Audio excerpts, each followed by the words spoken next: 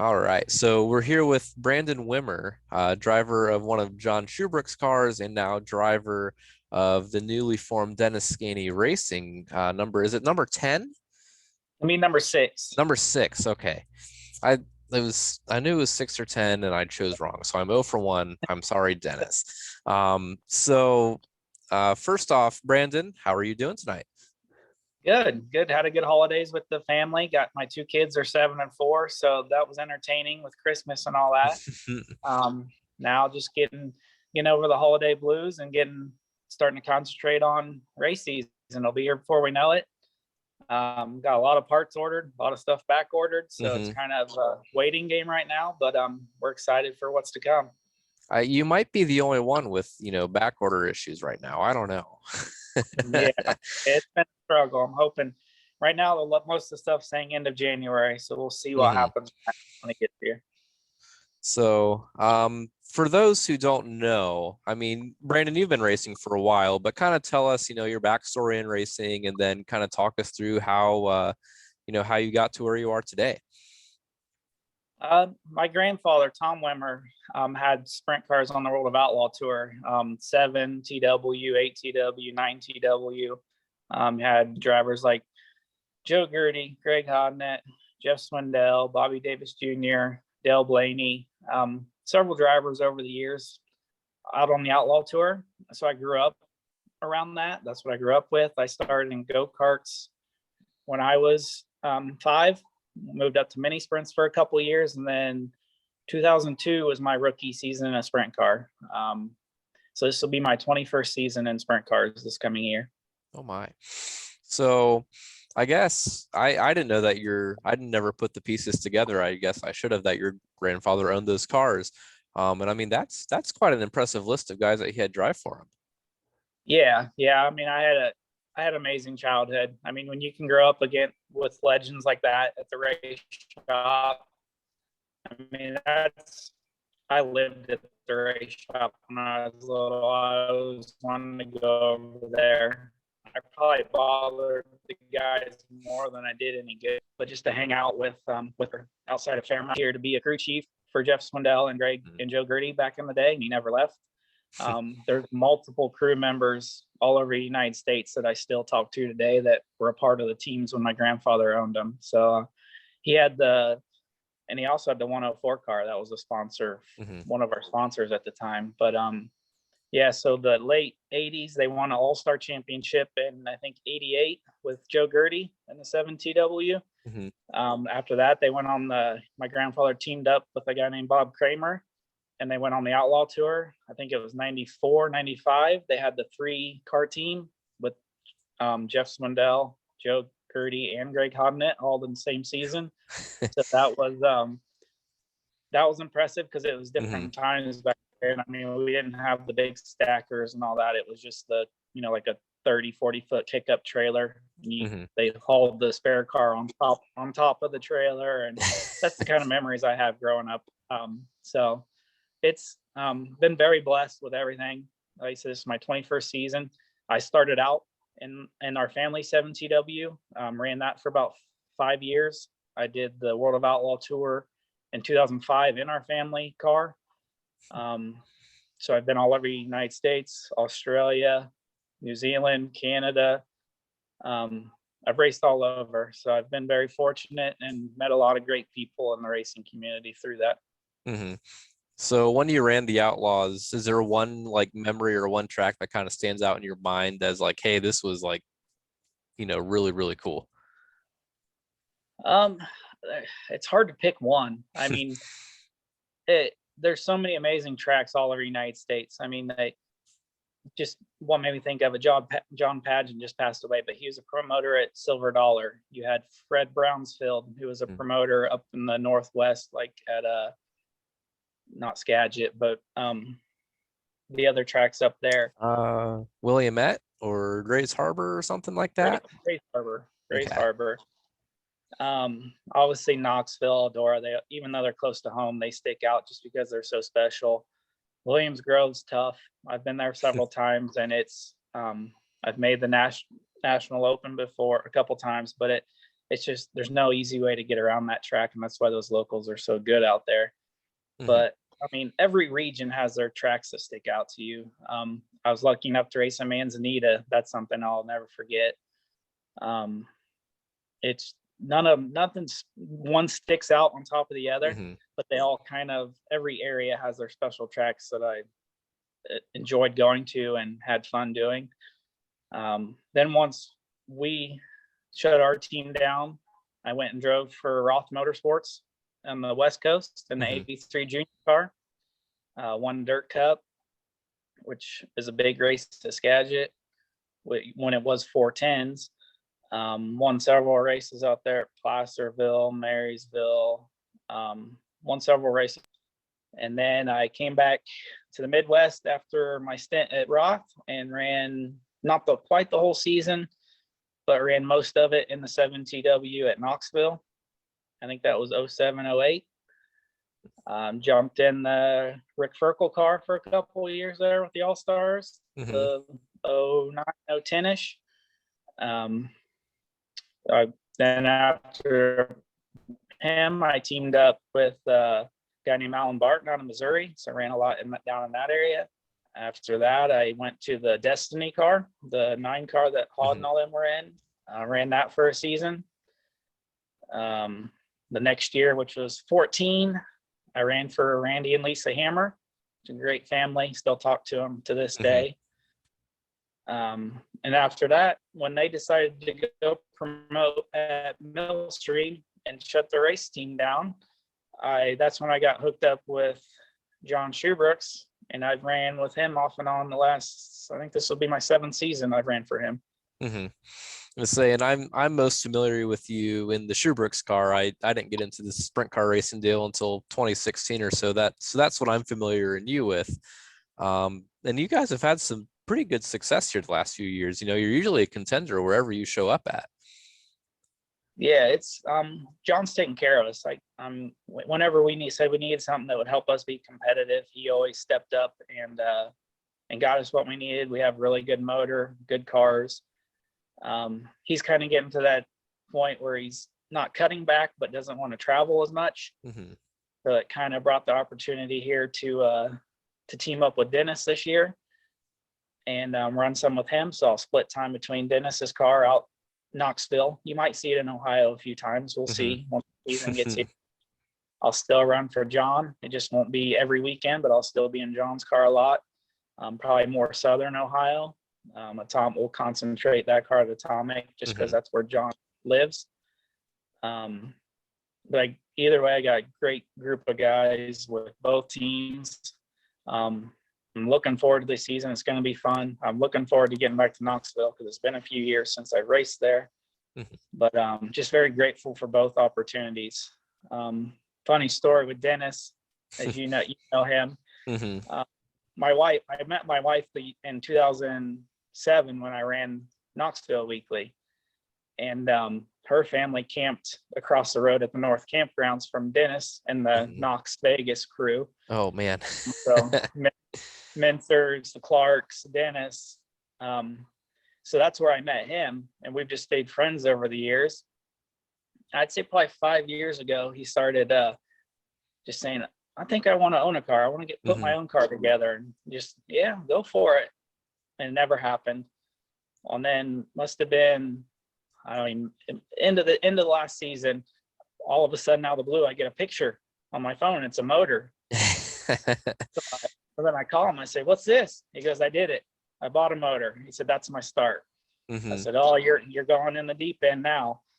So here we are a couple months later. Parts are showing up to my shop. I'm going to build everything at my shop here in Fairmount, Indiana. I'm looking forward to that. I've always been hands-on and really enjoy that part of it. And looking forward to helping Dennis build his race team. We're just going to get our feet wet this year and see how it goes. And then also racing with John Shoebrooks and the crew over there in Ohio. We'll still be in Ohio a bunch running. Don't have an exact schedule out yet, but I'll be racing somewhere every weekend. Good. Let's say I was actually in Knoxville with Brian Smith when Dennis showed up into the North Fairgrounds or North Campgrounds with that motor, I think. And Yeah. that's I asked him like what are you doing with this? And he's like, I'm gonna do this. And I'm like right on, like that's awesome to see, him kind of, build everything up and it's going to be exciting for sure. What are you most excited about with this new venture with Dennis? I enjoy the shop side of it, where you got to prepare and be ready to go. I'm enjoying I ordered a lot of stuff. Me and Dennis talked and ordered a lot. A lot of our sponsors that I've had over the years are coming on board to help. Tide 22, Hawk Wings, KSE, Weld Wheels, Astro Titanium, Maxim Chassis. They're all companies that I've worked with over the last 20 years in my own racing. I'm looking forward to putting everything together and just building a team from the ground up. I mean, a lot of people don't realize what it takes to do that. I mean, Dennis started with nothing. He started with that picture that he sent me of a motor.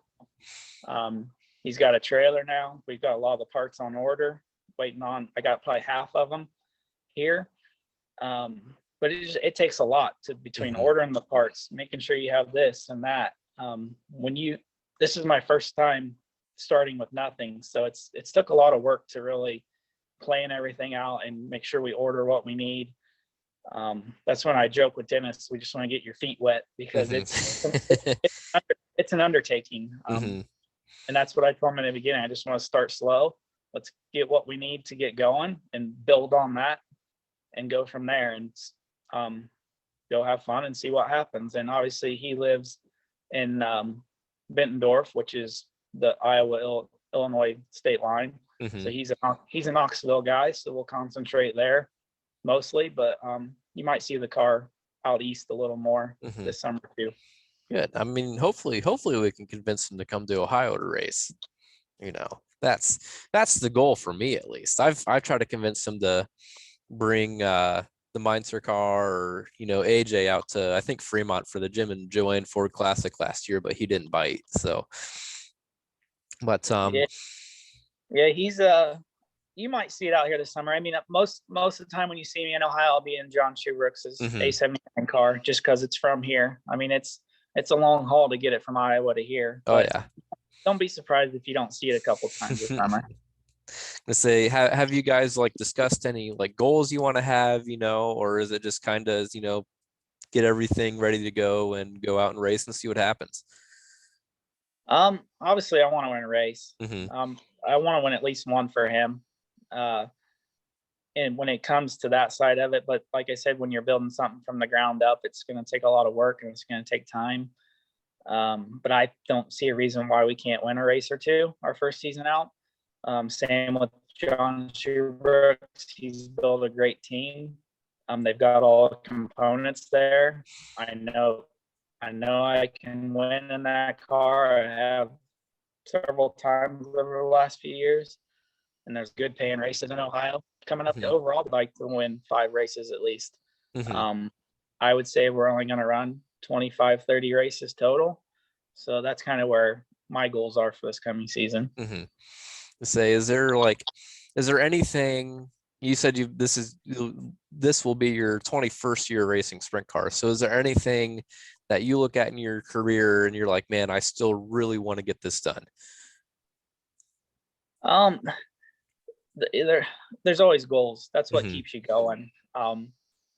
There's so much I want to do, but I'm at where I'm at now. I've got a family. I run we have a business, agricultural business. So I can't be on the road traveling with the All-Stars or the World of Outlaws full time. This year, my goal is to win races. I really want to win an All-Star race. I want to win a race at Knoxville. Want to make the Knoxville Nationals. I've done that before. I want to do that again for Dennis. So goals are what keep me going. It's what keeps me driving. You never know how long you have in this sport. You just don't. I'm very thankful for all the opportunities I've had in the past, but I'm really looking forward to this year because I think with the components and the two teams that I have, we can really really do good and have some success this coming year. Mm-hmm. And you mentioned, you have two kids, ages, like you said, 7 and 4. And you Yeah. said you started racing at age 5. So is there do they have that racing itch like you did? My daughter's 7, and she's more in the sports. She keeps us busy with sports. Mm-hmm. My little boy, Caden's 4.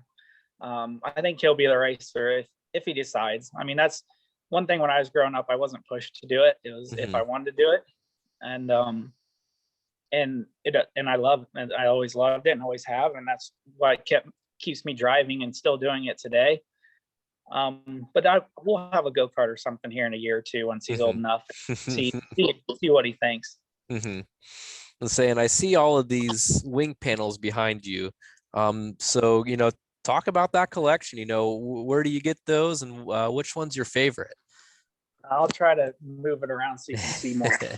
There's a lot of them, but I've just collected them over the years just because I've always enjoyed it, and it's kind of become a popular thing now. But you've got all the family ones, so the 7 TWs. When I ran the Destiny Motorsports car, it's a U2 wing from when Paul McMahon drove. That's one of the Chessons, the Lansky, one of my Shubrooks.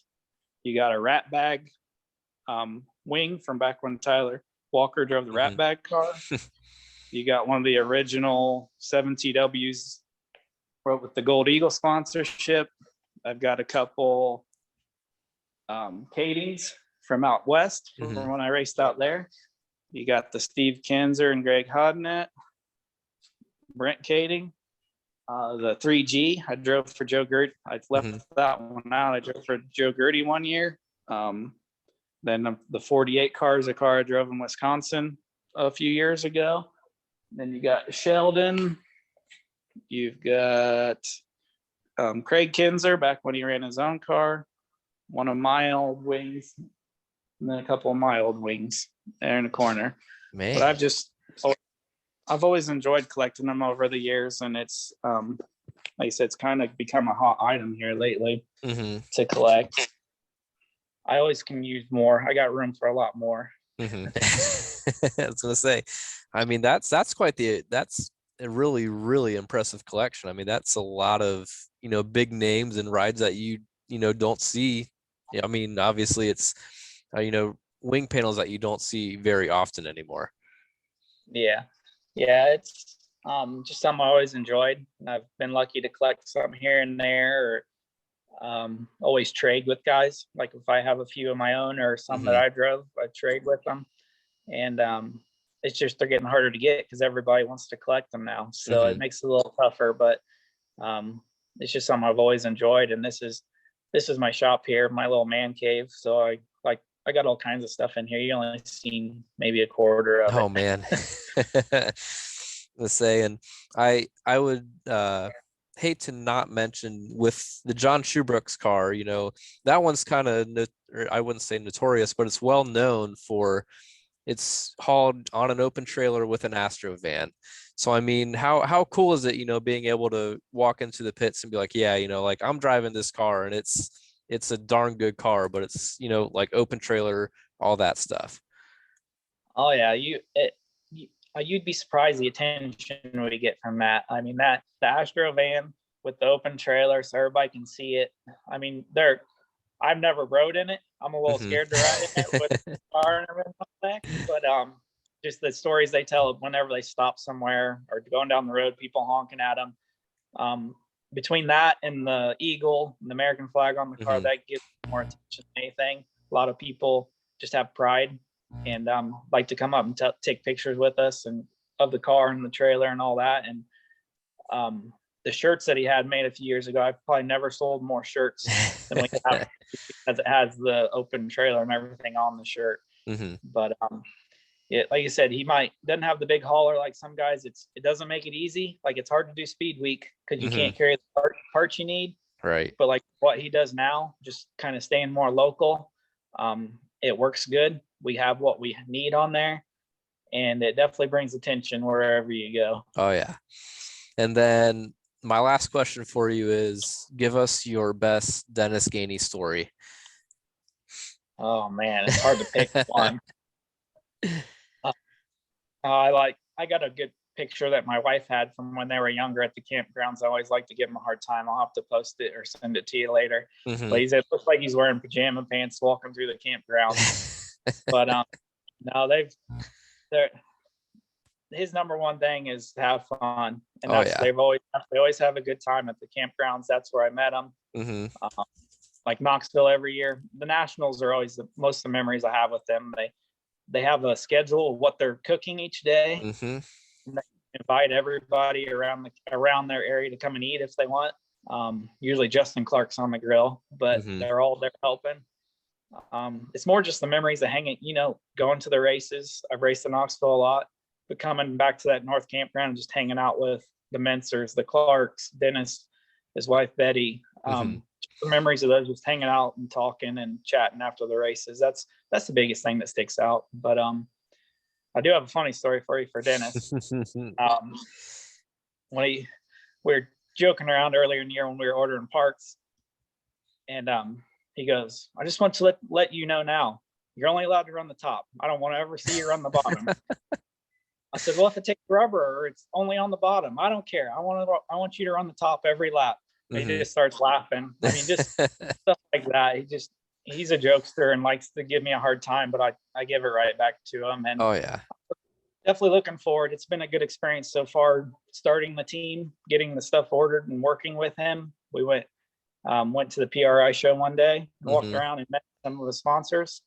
So looking forward to what's to come this summer. There's like I said, there's a lot of good paying races for 410 sprint cars this summer. I'm looking forward to that.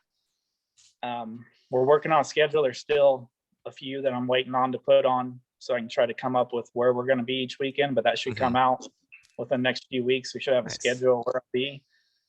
I'm just looking forward to it. I have two great car owners. John Schubrooks puts what I need under me. Good car. We might be in an open trailer and a van, but the car that we put on the tracks is the best of everything. And then you got Dennis. We're starting from new, but he's doing it the right way. He's getting us what we need to be competitive. And like you said, he's been a friend for a long time, and I'm really looking forward to helping him in this process of building the team and going out and racing this summer. And hopefully I can bring in the results that he deserves, because he's putting a lot into it. Oh yeah. I think the results will be there. It sounds like it's going to be a top-notch organization. Obviously you have a really good driver with yourself. So I think the results are going to be there. Yeah, I'm looking forward to it. Like I said, it's the biggest thing in sprint cars, and a lot of people don't know, is the mental side of it. I mean, you have to be mentally prepared. You can only do so much with the car and the parts. You have a great crew, but the mental side is what's tough racing in it week in and week out, jumping back and forth in between cars. That'll be a challenge because they'll be close. They're both Maxim cars, but not everything's going to be the same. So I'm really looking forward to it. It's going to be a challenge, but it always is.